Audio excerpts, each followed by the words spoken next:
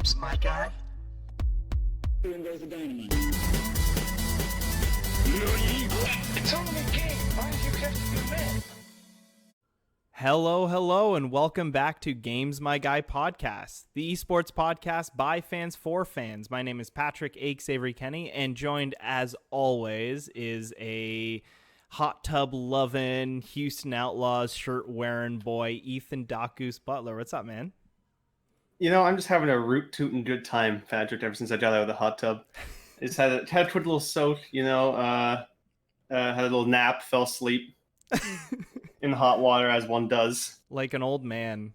It's true. Once you get past 25, any form of hot water, you just fall asleep in. Yeah, I can attest to that. But I will say that hot tub is pretty nice, and it's pretty good. It fits way more people than it says it does. It should never be like this. Hot tub is about 12 years old. Wait, 16 years old, maybe 15, 17. Wait, no, around. it's over a decade I've had it, and like.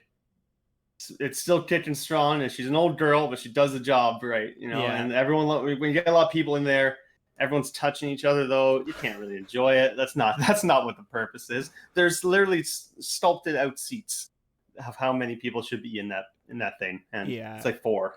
But our friend group likes to push the envelope. We like to see how many people we can shove into a 5-person hot tub at best. At best.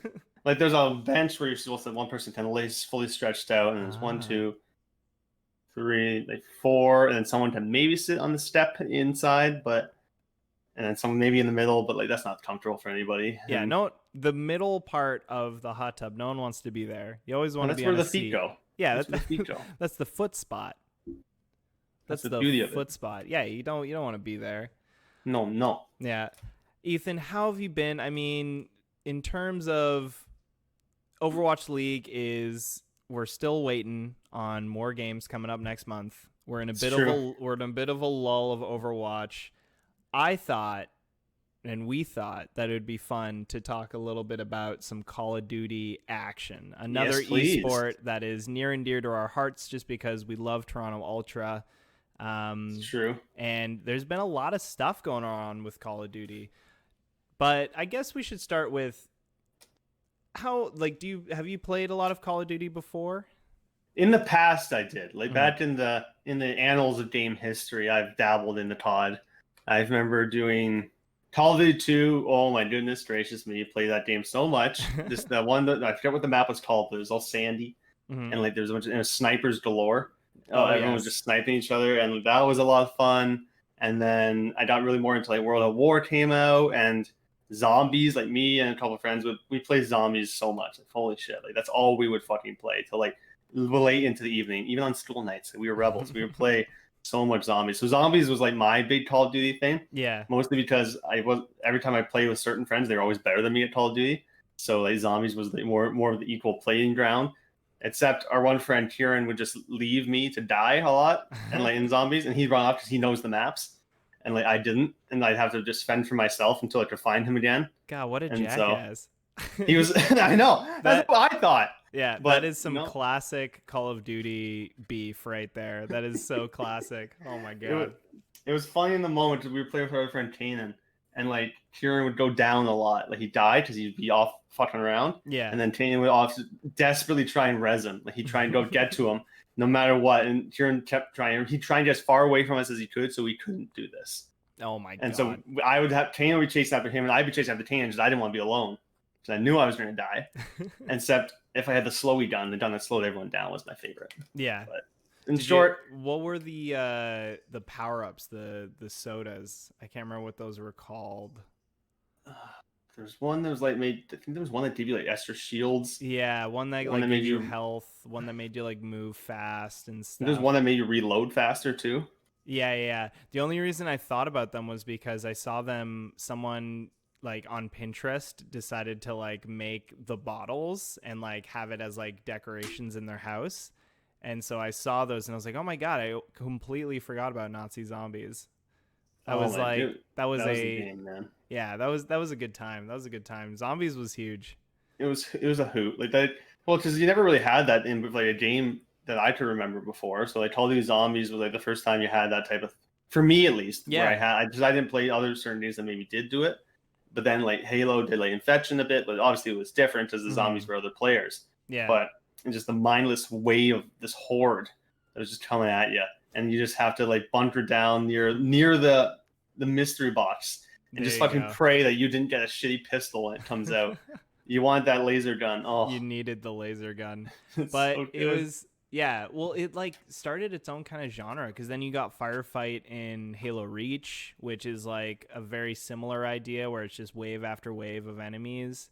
But honestly, Call of Duty did it best just because you had all of those upgrades. You had those weird like mystery boxes. You had the bus that drove you through all of those different events. Yeah. That fucking map. It's so scary. If you ever like, because your friends would like fuck with you and close the doors so you can get on. Yeah. It's like, oh, ha ha ha, just come on now. But the bus is already moving, and you're like, no. And so you have to run, but then you have to make your way through the mist with the bat creatures and like, oh, it was terrifying when Yeah. you're left alone in the mist. You die, and then you have to wait for like the next round to maybe respawn. God. Yeah, it's been a while since we've had a zombie game like that, but there's hope in the future because, I mean, we did see a few leaks from Call of Duty Cold War. We saw that, Ethan, there was a tweet that got taken down right away from Activision. It got taken down real quick. Apparently, there were some details of zombies in there, like a remake of a popular map. Ooh. Some weapons, like the power-ups and things were being discussed, but I can't guarantee any of this. This is all speculation I discovered in a quick Google search. But I don't know all the details, but I like to believe in my heart that they are listening to us right now. Yeah. And thinking, you know what? Yeah, let's just bring back zombies. Why not, right? 2020 was so bad, we might as well bring back Nazi zombies. I think, or I guess it would be Russian zombies if we're doing Cold War stuff. But who knows? Possibly. Who knows? There is a movie about Russian zombies fighting Nazi zombies called Dead Snow 2. Yes. Dead Snow 1 is the first one. I was going to say, you're very specific in saying Dead Snow 2 and not Dead Snow 1. Because Dead Snow 1 is a German film about literal Nazi zombies out in like the wilderness. Yes. That these people go to a cabin in the woods and they find some treasure. Like there's like gold these zombies were hoarding. And like, but then they come back because they're zombies now, and like they attack them. And it's the goofiest, goriest, silliest fun time. And the second one just tripled up the silliness. Oh my and like God. because one guy loses an arm, I think at one point. It's a bit spoilers. Yeah, he loses an arm, but then they replace it with a zombie arm from the Nazi zombie guy, and so he can control zombies with the one zombie arm who's trying to kill him a lot of the time. I think we're discovering a new segment right now where I just ask you, hey Ethan, just tell me some facts about some random movie that you've been watching. Oh man, I've seen this. I've seen it so many times. Dead Snow 1 at least. Dead Snow 2 maybe once or twice, but Dead Snow 1. Honestly, it's so silly, but it's so much fun. It's just like Nazi zombies in Call of Duty. That that brings you that feeling of joy that only killing Nazi zombies can bring you. It's a very specific feeling. It's true. It's a very specific genre, I believe. Yeah. Well, Call of Duty Cold War right now is an alpha. We're seeing a lot of multiplayer action. We're seeing a lot of the pros getting keys. We're seeing a lot of stuff on Twitch, just a lot of people playing it. It's really, really popular. Have you been watching any of these Twitch players? Have you been watching like Dr. Disrespect or something? I've dabbled a little bit. I will admit, watching a bunch of Clone Wars. Yes. So I'm desperately trying to get caught up in that. But I have dabbled a bit with some of the streams. I've seen some of Stump's stuff. Just Stump's my favorite player. Oh, yeah. And so, like, still a Huntsman fan here. I won't lie. Toronto Ultra was near and dear to my heart, but I chose the Huntsman at the beginning of the season after much debate within myself. I was going to choose this one team, but then you convinced me through the power of Stump to choose the Huntsman, and so I believe in them. Perfect. And so, honestly, the game, I was watching some gameplay today, and it looks so clean. The graphics and like the landscapes and things look so well detailed that I'm really excited to see how it is and like how the pros take advantage of that, especially with the Call of Duty leads move to like PC with controllers. Yes.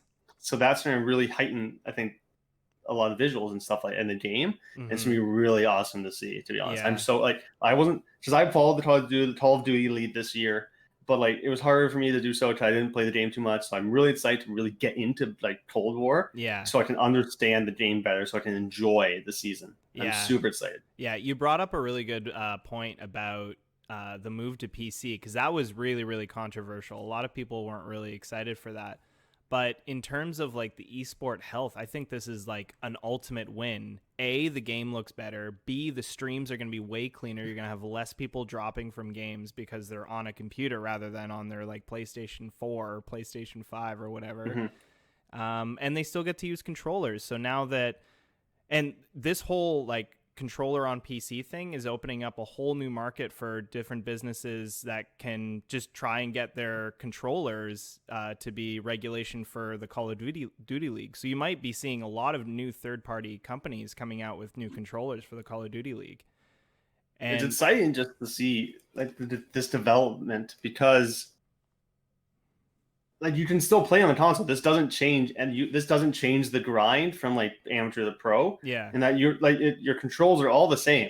All it does is this for the esports scene, it makes it look more professional, and like they can also control things a lot better than they could through the console. So they can make it a lot more safe, a lot cleaner, a lot more exciting, I think. So I think this, like you said, this is an ultimate win for the esports side, and it does literally nothing to affect the amateur scene. Yeah. Nothing should be affected here. Yeah. I watched, I listened to Hex's podcast, the Eavesdrop podcast. Hex, he's the owner of NRG, the Chicago Huntsman, big friend of Scump, been around forever. But he was talking about how PCs are going to affect the game in just a completely positive way, because for him, he was like, the first thing that made me feel good about things moving over to PC was when the field of view was taken back from like 50% to like 120%. And he was saying like how much the player is now able to see, how much information the player is able to get from just having the perspective taken further back. And that's only available through computers. That's only available on the PC version. So I think, honestly, players are, like, the casual base is going to have a lot more fun, but also this is also opening up Call of Duty to become, an esport that is actually seen as something, as a household name, because it's just going to be so much more accessible for players. But I'm excited to see where that goes. The controller thing really psychs me up. But there's a lot of controversy surrounding mostly just how the alpha has been received. And that, of course, is coming from skill-based matchmaking, which is a huge talking point that a lot of people are really, really divided on. Yeah, it's one of those things that, like, it can be confusing to people if they're not really in the scene too much. If they're just a casual gamer, they may not fully understand the differences. But it does affect the casual gameplay of it, the pro gameplay of it. It can affect the mental players trying just to come in to have a good time, enjoy the game, but the pros who also just want maybe a break as well. So there's a lot of different factors, like you said, like the skill-based matchmaking, especially how you've described, and it hasn't really been in all of the Call of Duty games, if I'm right. No, you're right. This is like one of the maybe 3 times skill-based matchmaking has been implemented. And this is the first time that it's been implemented into like just quick play, just like casual gameplay. So it's kind of interesting. And I think for our love for Scumpy, I think we have to quote him. He just released a video about his thoughts on skill-based matchmaking. And for him, the video was coming after him going on stream and basically throwing games. He was account boosting by losing a bunch of games so that he would be matched up with players that weren't as good as him, so he'd get better matches. So not a great look for, pretty much the face of the Call of Duty League, but it does bring up a huge point.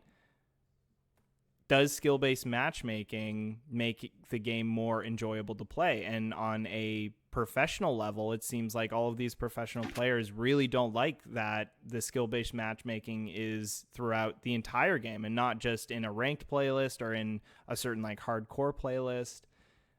The entire skill-based matchmaking is throughout the entire game. So it's it's really hard for pro players who are scrimming for 4 hours every day, maybe 6 hours, maybe 8 hours, coming onto the game, looking to just grind, try new weapons, do whatever they want to do.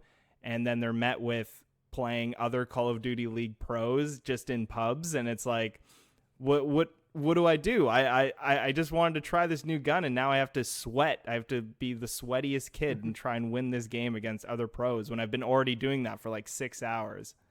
Sometimes you need a break, and sometimes you need that. Like even at lower ranks in like where not gonna like where we hang out.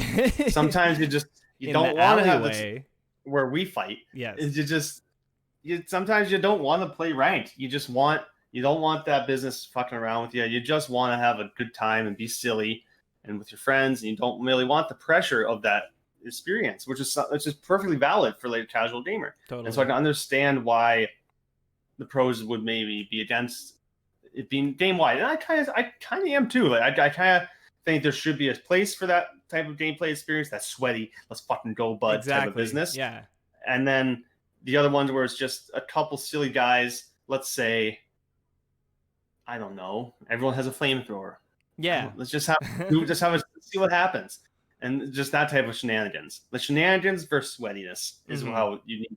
I think there can be a separate, like we talked about, like maybe just a basic rank mode that's all the skill-based matchmaking, whereas then maybe a very much milder version of it in just like a quick play type of business. Just have fun. And sometimes you need a break. Yeah, and having a mix there's nothing wrong with that. Like, as much as the esports community is affected by this, like you have to remember where this game is making its money, and it's making its money in its casual base. People who don't watch the esport, people who just play zombies, who just play the game for fun, just play for the campaign, have bought every single Call of Duty up until this point. Like that's your demographic, right? That's the heart and soul of your game. Yeah, so it's important to, find a way to let them also have fun in the game, Yeah, it shouldn't just be pros for professionals. Yeah, because at the end of the day, it is a video game, right? Like it should be a little bit fun at some point. You might want to have a good time occasionally, maybe once every week. Yeah, if you're lucky. But even then, you just it's definitely a subject matter that's real touchy. Yeah, especially in the pro COD scene. But like you said, like the casual base is where this game truly lies. Like you can't cater to one side or the other too much, but like you have to remember that, like, say, let's say, put it this way, like over 200,000 people watch the COD finals live, but like over 500,000 maybe just play the game casually, and so like that's the bulk of your player base maybe doesn't give a shit about the esport. I'm not trying to be rude. We're really passionate with esports, but like a lot of player base for these games may not know there's an esport, to be quite honest. They may not even know it exists. Yeah. So you just, if you want, maybe market that more. So that's another issue. But like, it's more just remember that this game is for people to play, not just for professionals to play for money. Yeah, it's true. It's true. And I mean, Black Ops, like there's beloved games like Call of Duty 4, Black Ops 2, Black Ops 4 to an extent. Some people really, really enjoy that game. You've seen Call of Duty kind of evolve, and like it started as just this run and shoot game, and then it turned into a lot of movement based, but now we're back to boots on the ground with Call of Duty. Like the game right now, Call of Duty, my brain Cold is War? broken. Yeah. Call of Duty Cold War. Yeah. Well, we're back to boots on the ground with Call of Duty Cold War. Honestly, I'm really excited about that, both as someone who is excited to play the game, but also on the esports side of it, just because it allows the players to make, at least on the esports side of it, allows players to make strategies that are effective all the time. And instead of, worrying about movement routes, because there's a big difference between like a movement shooter like Overwatch versus a point and click shooter like Valorant or like Halo. Yeah, they play very differently, and the strategies are very, very different too. They cater to different audiences, I like to think. Yeah, and not all the time, because I know a lot of gamers who play Overwatch, play Valorant, play Overwatch, who play Halo, who play Call of Duty. Like, everyone plays the same games, but like, if you're looking for a certain gameplay experience, it's vastly different from, like you said, Overwatch to Valorant to Halo to Call of Duty. Yeah, it's very, very different. And I know we'll see. I mean, from what we've seen so far, we've just had alpha multiplayer, and Exactly, it's kind of crazy. A lot of content creators who I haven't seen in years post on YouTube making Call of Duty videos again. It's crazy. Like CNanners, who was someone I followed like when I was like 10, like 11, he's posting again. Hutch, who was like, he did Call of Duty videos for Machinima years and years ago, he's now making videos again. It's kind of crazy. It's almost like a resurgence. This game is like kind of creating a lot of momentum for Call of Duty fans. If people made, I want to see, you remember Red versus Blue? Yes. I want to see, can they do that with, like, one, do that more. I would like to see more of that with Halo. But like, if like Call of Duty, I would like to just see some random like Red versus Blue type videos, because I remember discovering those just like before it was like a popular series. It was just on like a random, like the dark side of YouTube. It's just a couple rando like voiceovers of random Halo characters. Yeah, but it was the funniest shit. Oh my god, miss it. You'd go onto roosterteeth.com, and it's like the website doesn't even look good. It's like looks really sketchy, and you're trying to find your Red versus Blue videos. Right. Yeah, you're like, this isn't YouTube. That was me as a 10-year-old kid, just being like, what the heck is this? Was it? There was like Sarge was the one character. All right, gentlemen. Yeah. Oh, we're going in, and what are you doing over there? And they just went down the ground. Yeah, my favorite character was Caboose, always. That's who his name is. So I was trying to think. Yes, Caboose. He was on the blue team, and he was just a stupid dude. I loved him. What are you doing, Caboose? Oh, you know. I'm trying to shoot the red team, and then there'd just be like two blue guys down there, and you'd shoot both of them, and you'd be like, no, Caboose, what are you doing? Caboose, you get that down here in this card. Gosh, I hope it holds up. If I were to go back and watch it, I hope it holds up. That's the dream. Now, to be honest, I hadn't thought about Red versus Blue in a while until like just now, and now I'm like, maybe that's what I do for the rest of the day. well, boy, do I have a plan.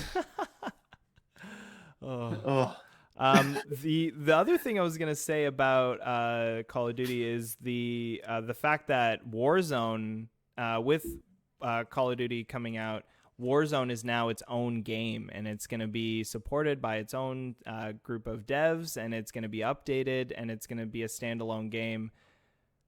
That's pretty exciting, just because, you know, Warzone was such a break from what Call of Duty normally has been, like going into this battle royale format, and just kind of pretty much taking over that format. Like, it's huge. Fortnite's still really, really big. Apex Legends is gone, is like absolutely dead in the water. That's sad. Apex just looked like, I never played it, to be honest, but I've watched it a few times, and it always just looked like a more exciting version of like all the battle royale games. It just looked much cooler, to be quite honest. Like, it looked really fun. Yeah, it was that. Like, that's like a very movement shooter, you know, like it's all about like grappling hooks and abilities and running around and surprising enemies. The person that I actually watched most playing Apex was definitely Seagull, 100%. When he was like really hardcore into that game, he was posting videos every day of just like him getting ready for tournaments and stuff, and like I loved that stuff. That was so cool. That was just like it was pretty much like the Valorant type of shit when like the Overwatch pros were leaving for that game left and right. Well, I say pros. Like, you had like Mendo was going. I think Grim Reality went to Apex for a bit. Silk Thread, I want to say, did too. Like, there was a bunch of just like guys who were were around, but then, oh no, this game is gonna be the new thing.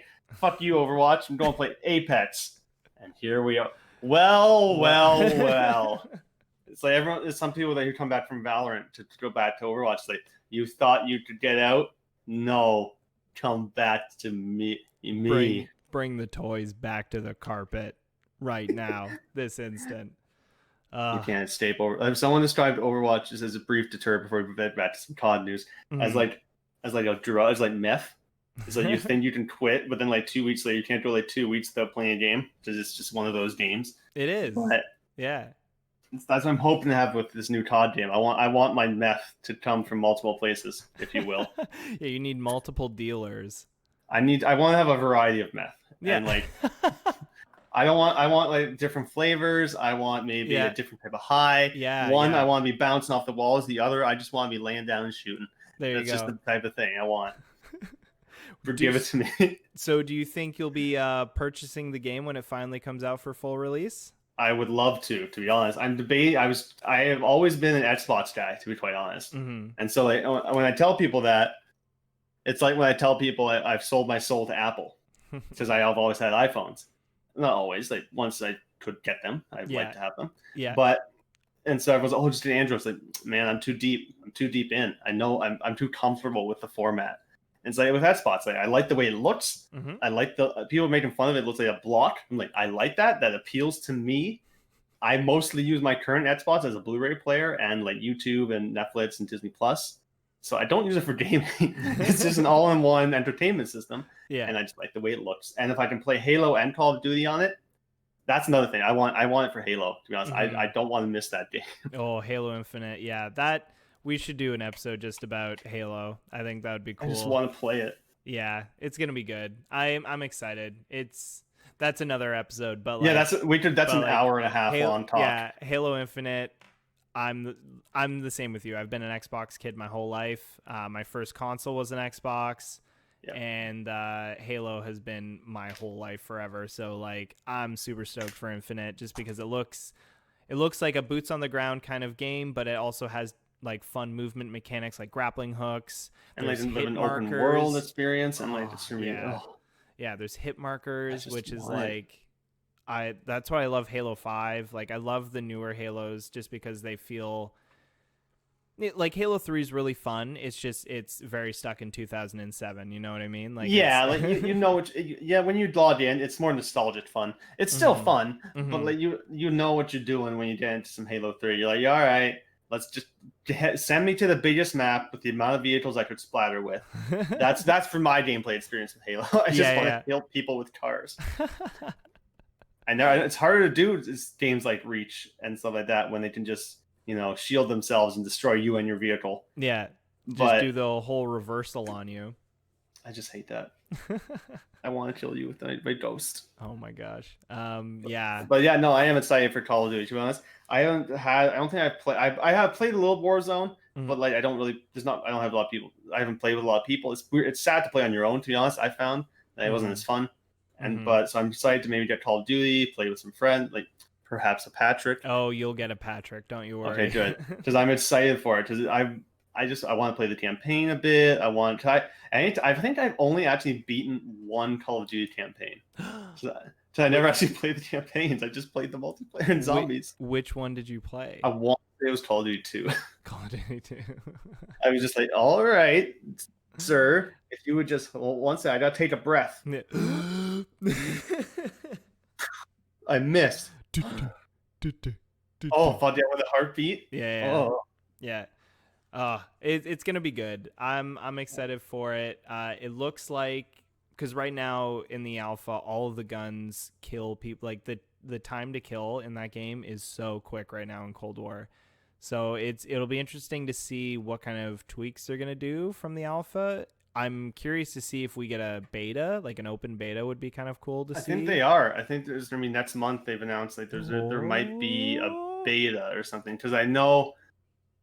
Because I started following a bunch. Not started. I've done this for a couple months now. I follow a bunch of the players and like the teams, and like on Twitter and like I think I saw something about an open beta in October. Ooh. I don't know though, and like how I don't like. Do we just get that on the computer? Like, I don't. Yeah. Do we have to play controller? Like, can I? Do I have to? How do I get one? I need to get one for the computer. I just have think you'll be ones. able to play like just mouse and keyboard. But if you're playing the Call of Duty League, you gotta do those controllers. Mm. I'm hoping there's been a lot of talk about input matchmaking. So like if you're keyboard and mouse versus controller, to be honest, I would prefer if they all stayed together just because like as a player, I want to play against the entire player base. Like I don't want I don't want to be restricted for just because of the way I'm playing. So I'm hopeful that there won't be input-based matchmaking. There's a lot of talk about that.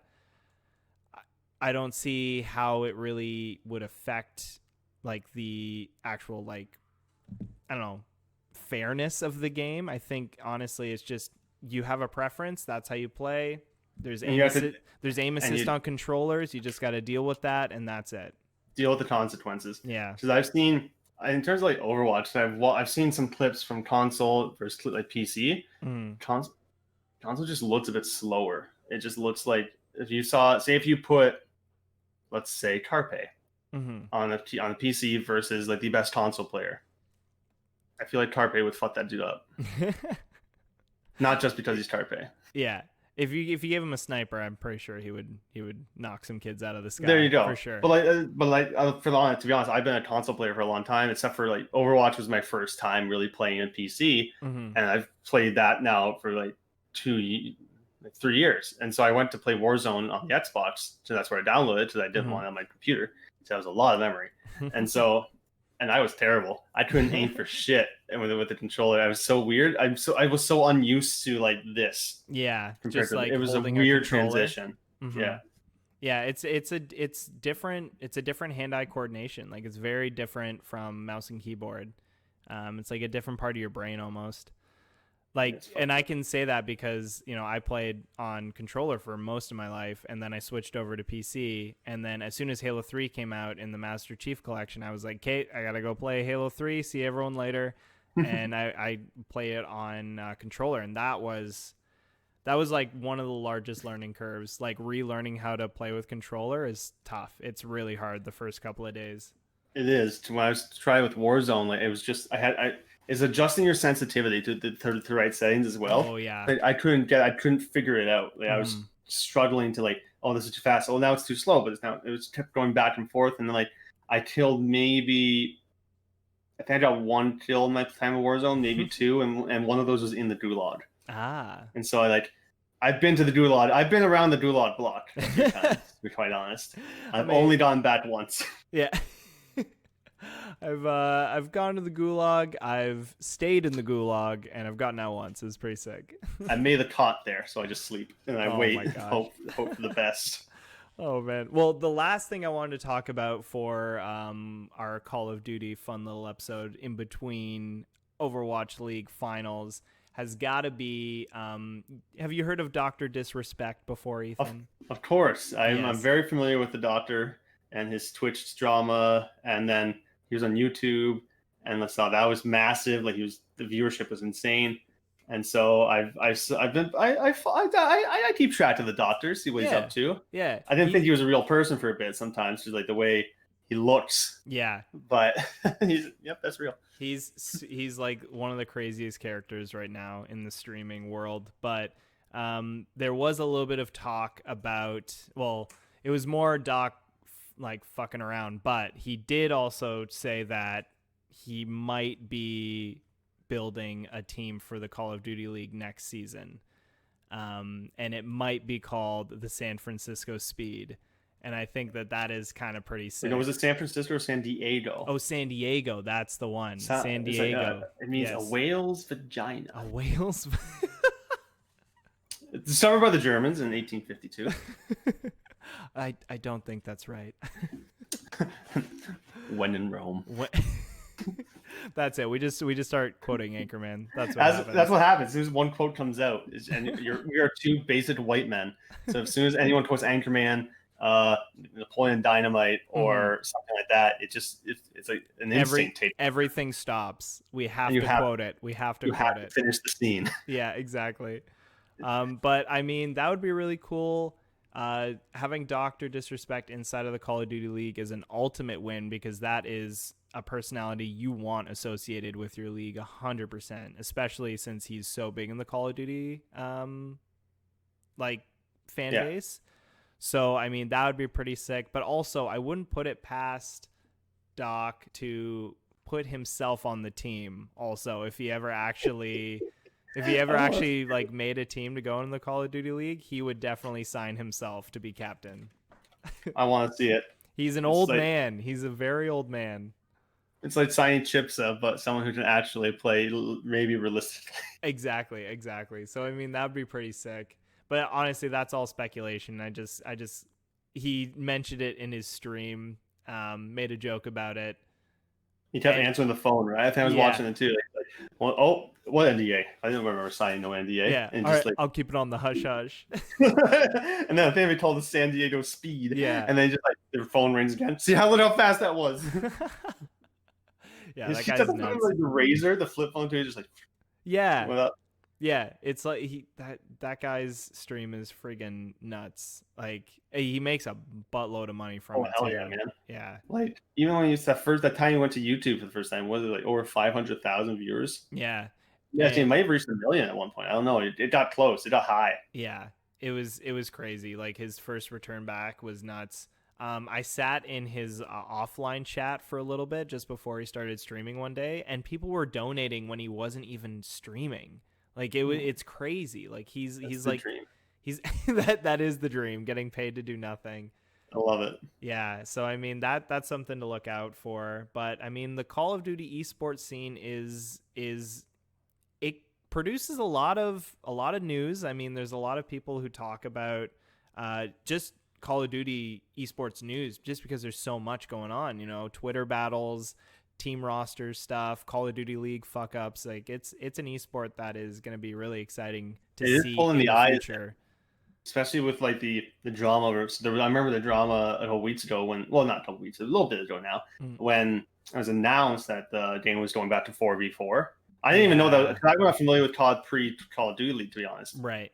So like, I didn't know it was like 4v4 before, so it was always 5v5. And then teams were like, "Oh shit, now we got like a drop a player," and like, so that was that one man, and especially since there was going to be no expansions, is when I remember when that was announced. I was like, "Well, this is so shitty for so many people." Yeah. That like, luckily, a lot of these people have found teams like Playster is now in the subliners, and someone else. A couple people joined Phase, and like, there's been a bunch of switcheroos. Yeah. But it did fucking suck. But like, at least people seem to be overall pretty happy with the 4v4 format, but it's just kind of shitty the way it went down. Yeah, it just sucks. The transitional period sucked. And, you know, it does give every team the opportunity to restructure their teams, which is nice because, you know, you'll have teams like the Minnesota Rocker who were very, very good very early in the year before quarantine, looking like complete poo-poo garbage. But then, you know, now that they have to do a 4v4 roster, now they can completely look at their team and change it if they really wanted to. They can do complete upheaval of everyone in their organization, and it gives them an opportunity to make a team that they can actually do something with.